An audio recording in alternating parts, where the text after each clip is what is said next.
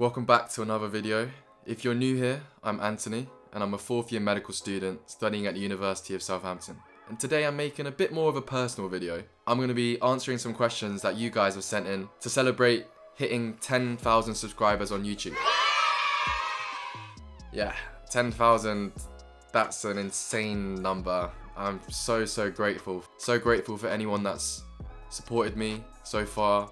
I haven't been on YouTube for long. I started this in November, and not in a million years would I expect to have gotten this far already. So I just want to say thank you to everyone who supported, everyone who's clicked on my video. It means so much to me. I've just finished my 4th year final exams a couple of days ago, and so I've got a lot more time on my hands now to produce some good quality content. So stay tuned for more. We're just getting started, and let's get right into the questions. So the first question from Harjot Singh is, what's been your biggest high and biggest low in your YouTube career so far? My biggest high would definitely be the video I made titled How I Ranked Top 1% at Medical School, because I remember vividly, I think it was 21st of December, when I had around 180 subscribers. On the train back home, I saw my phone blowing up. And I saw 10 comments, then another 50 comments. I saw that video blow up over Christmas. It kept growing, till it reached around maybe 50,000 views in a couple of days. That's when things started to kind of take off a bit. So I went from 180 subscribers to 1,000 subscribers in around a week. So that's when I really started to believe that this YouTube thing maybe was something for me. My biggest low? Probably right at the beginning when I posted my first video and it had like 20 views in a couple of days, and I thought to myself, these 20 views are literally just all my friends, all the people I've told about my videos. So literally 0 people have found my video, and I just thought, I remember I sent a text to my friend and I said, I'm gonna quit because I'm not seeing any progress. Luckily, I hanged on, I pushed through that period, and now I'm more excited than ever to carry on this journey. Alright, so the next question is from Harry, and he says, where do you see yourself in 5 years and why? That is a very interesting question, which I definitely don't have the answer for. I can't predict the future, but I'd like to see myself in a position where I'm doing what I love, I'm financially free because of it, and I have a great group of people around me. So I have great family, a close, tight-knit circle of people that I can depend on and they can depend on me, and continually reaching new heights and new goals. One of the things that really gets me going is doing hard things and continuously pushing myself to reach new goals. And I think in 5 years, my goals hopefully will be very different to the goals I have now, because if they weren't, then I guess I wouldn't have progressed. But yeah, I see myself maybe married, but definitely I've got a couple of things to take care of before that. So I want to make sure that I'm doing something I love. It's something that can give me time, location, money, freedoms. I'm not afraid to say that I want to travel to the nicest places, go do the coolest things. All right, so the next question is from David Redham, and he says, in one of your videos, you mentioned chess, but it is not touched elsewhere. Have you dropped it, or are you taking a break from it? I play a lot of chess, but my rating keeps dropping, and I'm thinking of giving up on it. What's your case? And there's another similar question by Richard Ladek, which says, tell me about your chess career. So, chess. Yeah, chess is probably the first thing that I ever did in my life that I was good at. I think it's so important when you're young just to do things, to try new things, to try as many new things as possible. I think trying something and being good at it is literally the easiest way to become more confident, like in life. Like being good at things helps you so much. But yeah, I started chess when I was about 6 years old because my older brother, Roy, shout out to Roy, he played chess to a very high standard, and he had a coach, so I learned from my brother had the same coach as him. I played it quite seriously. I ended up being #1 in England for my age group from around like the ages of 8 to ages of 12, and I played all across the country. Probably my highlight of chess was playing in the World Youth Under 10 and Under 12 Championships. So in 2011, I think, I went to Brazil to play chess, and then in 2012 I went to Slovenia. In terms of have I dropped it? Well, I kind of stopped when I was in year 10. So when I was 14 years old, I kind of stopped. I'd reached a FIDE rating of 2,253. So that's my peak. And to be honest, I kind of gave it up for badminton because I was a lot more into something that was more active. I was just a lot more passionate about badminton at that time in my life. So I kind of had to choose one or the other because badminton was just also going very well. But yeah, in terms of giving up on it, I don't think you should ever give up on it. It's a great hobby to have. It's a great game to play. If you're ever meeting someone new, it's great to catch up over a game of chess. Chess is such an intellectually stimulating game.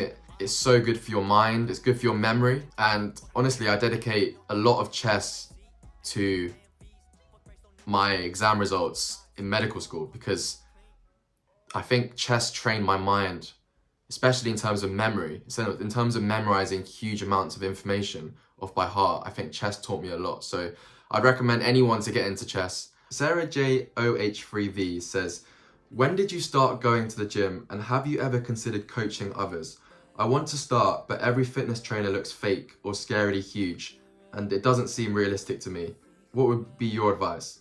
Okay, so it's funny you've asked this question because I get this a lot, like when did you start going to the gym? I literally started properly last summer, so 2023, July, August time. My friend Charlie, my housemate, shout out to Charlie, he's the one who kind of got me into the gym actually. I was that guy who always said, what you guys just do it to, it's just vanity, like you're just doing it to look good. I was that guy who just said, I don't care what other people think. I thought I was kind of above people who went to the gym, and I realized it was so backwards the way I was thinking. The gym, of course, is great in terms of you look good, you feel good, you gain confidence, you build great friendships in the gym. There's nothing better than lifting heavy weights with your boys, and it develops a different kind of element to your relationship. It's such an underrated part of the gym is how it affects your mental game and how it affects your mind. Learning to be consistent at something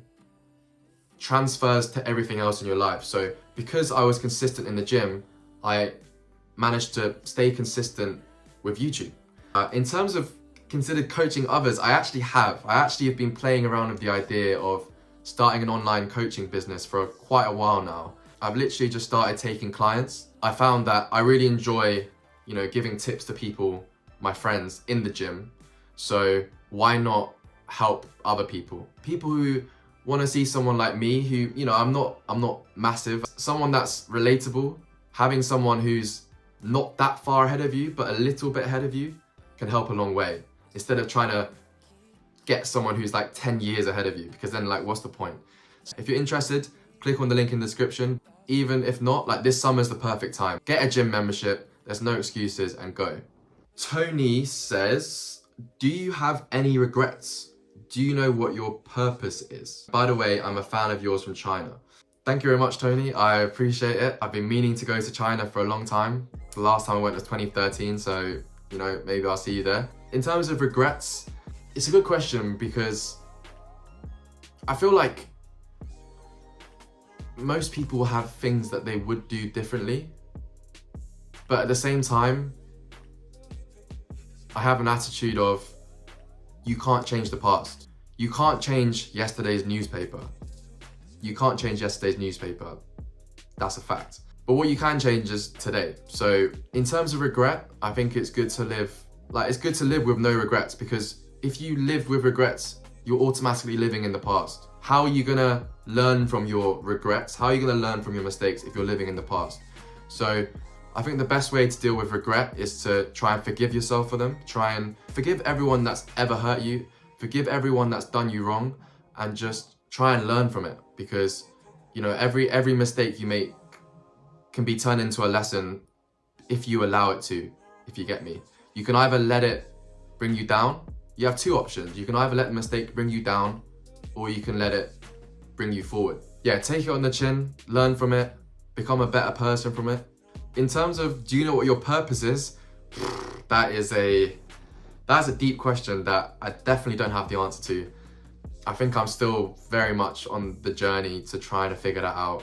But something I really do enjoy doing is teaching and trying to educate. My videos, the whole point of my videos is to try and teach and educate and provide value to what my younger self wish he had known. Because at the end of the day, who am I to teach anything apart from what I know? And I know for a fact what me a couple years ago when I was 16, 17, 18 knew, and I know what I now know at 22. So all I can do is try and teach that past version of me, and I know that's going to help other people too. I think one of my purposes is to try and just spread what I know, try and make a positive impact based on what I know. SHRENVM1RN says, are you single? Brackets, asking for a friend. I assume you're the friend, so thank you. Yes, I am single, but I'm currently not looking for any kind of relationship. Okay, so Flora257 says, what is your biggest fear? Okay, so I think my biggest fear is not achieving what I know I can achieve. So not living up to my potential. Getting older, looking back and thinking, I could have done more. I could have achieved more. I could have loved more. Just not making myself proud, basically, I think is my biggest fear. So, and looking back and thinking, what if? I don't want to have any what ifs in my life. So that's my biggest fear. HRCG says, what are your hobbies and interests? And how do you keep up with your hobbies in medical school?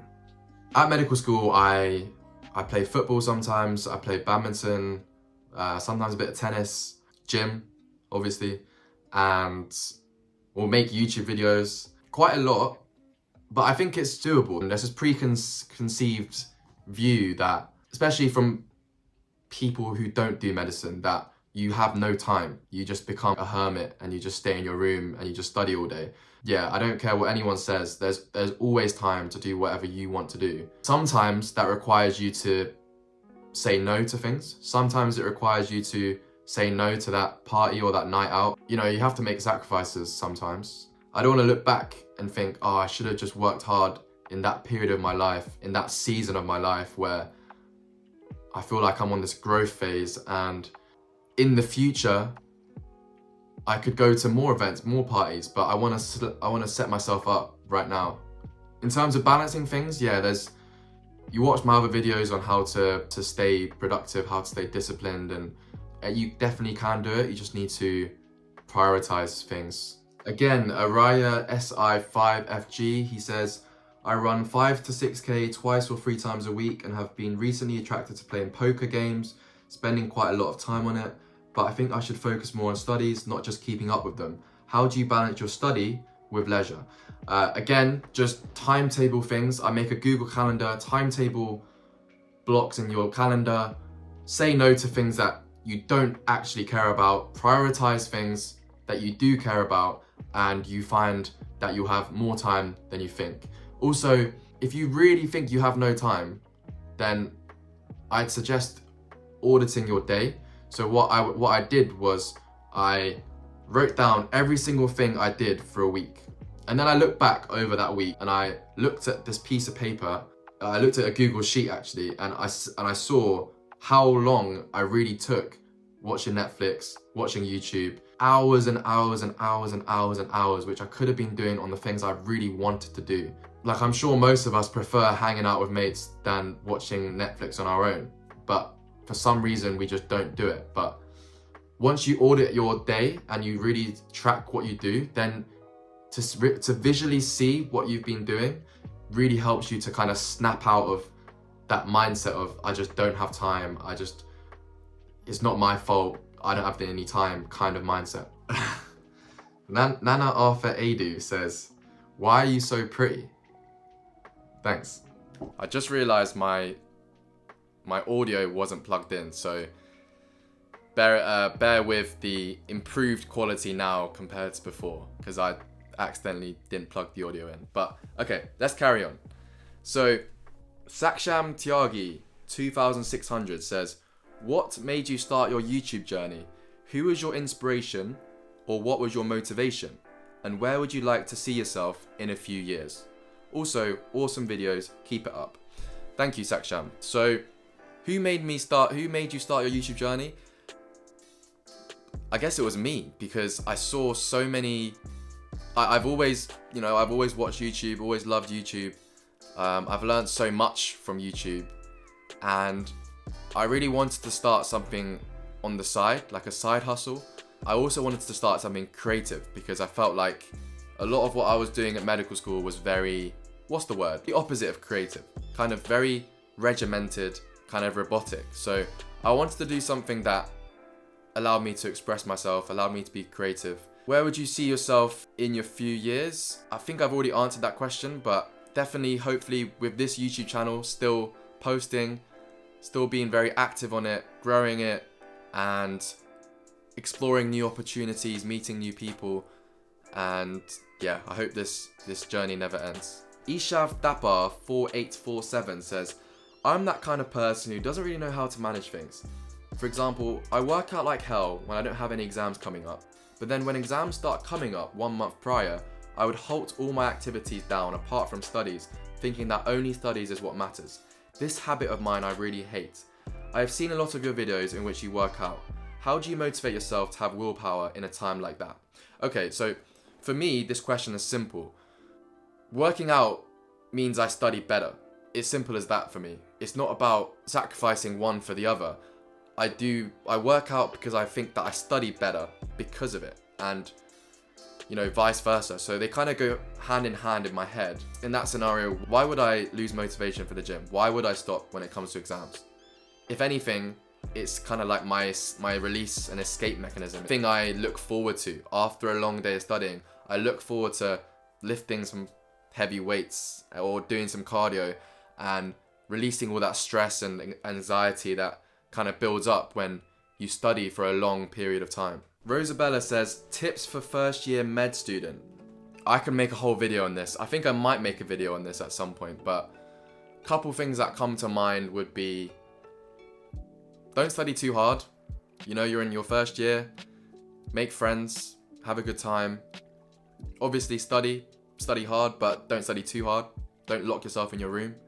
I don't think there's much need for textbooks these days. There's a lot of online resources out there. Explore new things, try new things, join societies. If I was to sum this question up with one word, it would be explore.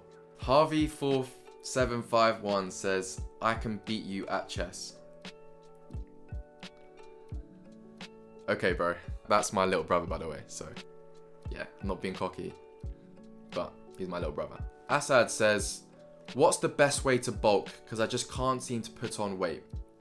Firstly, you've got to work out your calorie maintenance. Work out how many calories, keeps your body in a neutral energy state. And then just increase it. If in doubt, just eat a lot at the beginning. If you're really struggling to put on weight and you're really skinny, then just eat a lot. That's what I did. Just eat till you're really full, and you just know that your body's gonna grow with the right stimulus. So after you've got the calories down and the protein down, you need to make sure you get enough protein as well, which you can calculate as roughly a gram of protein per pound of body weight. And then you wanna really nail the gym. So you wanna train at least 3 to 4 times a week. And then you just wanna train hard with intensity. And yeah, that's pretty much it. Progressive overload. Ian Mock says, how do you think preclinical year is different from clinical year, and how your study technique has changed from reading slides to placement learning? Without the lecture slides, do we have to do more textbook reading? And also maybe how you learn in placement to keep yourself engaged if things start to get boring. Okay, so I don't think you need to use the textbooks more during placement. If anything, you can use it less, because like a lot of learning for me happens on question banks, so PassMed, QuesMed. How do you keep yourself engaged? You keep yourself engaged by making yourself feel like you're part of the team. To keep yourself engaged, you make sure you feel like you're part of the furniture in the hospital. So you don't feel like the medical student that is just in the way, because that's how you start off initially. And by doing that, you don't just stand around and wait for things to happen to you. You go and take opportunities. You go and ask questions. You go and actually speak to the doctors as if they're students in your year, because like at the end of the day, consultants, like we're all just people, so treat them with respect, obviously, like treat your elders with respect, but at the same time, if you want to be respected by them and feel part of the team, you have to kind of almost assume you're with them, and you deserve to be there. You're there for a reason, and make sure you ask a lot of questions, get stuck in, make sure you're not left on the sidelines. You should get the most out of placement that way. Question from Davina Juanita. I hope I'm getting your name right. Do you have any specialties that you're interested in? And the second question may be non-medical, but what would you recommend anyone to read or watch at least once in their lifetime? Okay, so in terms of specialties, honestly, I'm really not sure. I've been interested in a few, but not enough to make a decision. I feel like I want to make my decision not just based on what I'm interested in, but also I want to know what the day in the life is like for that specialty, because I think it's important for me to have that balance and not purely choose a specialty based on something interesting that I've seen on placement, but what the average day-to-day life is like on that placement. And in terms of what would you recommend anyone to read or watch, if you've watched my channel, you know I'm big into reading, big into non-fiction books. If there was a book I'd recommend for anyone, it's a difficult question with books. There's so many good books out there. A great book that actually inspired me creatively is a book called The War of Art by Stephen Pressfield. And this book kind of helped me to kind of just visualize new heights, like believe in things that I believe in myself, and believe that I could start a YouTube channel. In terms of a fun biography book, I recommend this book called Shoe Dog. It's by the founder of Nike. A really interesting, fascinating story. Oh, there's too many. I'll probably make a separate video on like my top favorite books of all time. With TV, I prefer to keep it fictional, fun, just pure entertainment. So literally so many series. Some of my favorites would be Suits, Power, classics, I guess, like Breaking Bad, Prison Break. These are the first series I ever watched on Netflix, so yeah, they always just come to my mind. BBC iPlayer ones, so Killing Eve, Peaky Blinders, Bodyguard. There's too many. Lastly but not least, there's a question from Kathu. Can I ask, if there is one quality that is key to success in med school, what do you think it is? Okay, I'm gonna make it two things. One thing is time management, and the second thing is stress management. If you can conquer those two things, then I think you'll do just fine. Because time management allows you to study but also live life and be happy and have great friends and have a good time, which is important, because otherwise studying becomes unsustainable. And also stress management, because without stress management, things can become very overwhelming at medical, especially around exams. Things can start to feel like that it's all just piling on top of each other. You feel like you're drowning in lectures, in revision, in work. Being able to relieve stress in whatever way that works for you. For me, obviously, it's sport, playing badminton, going gym, hanging out with friends. For you, it might be painting, it might be cooking, like literally anything that helps you to relieve stress. So yeah, time management, stress management. Alright, if you made it to the end of the video, thank you very much. You are a true fan. If you enjoyed it, stay tuned, because this summer is going to be big. Like, I'm going to be making a lot of content. Thank you guys again, and like from the bottom of my heart, 10k is unbelievable to me. Like, I don't take any of you for granted. So thank you. And as always, God bless, and let's win together. So why would I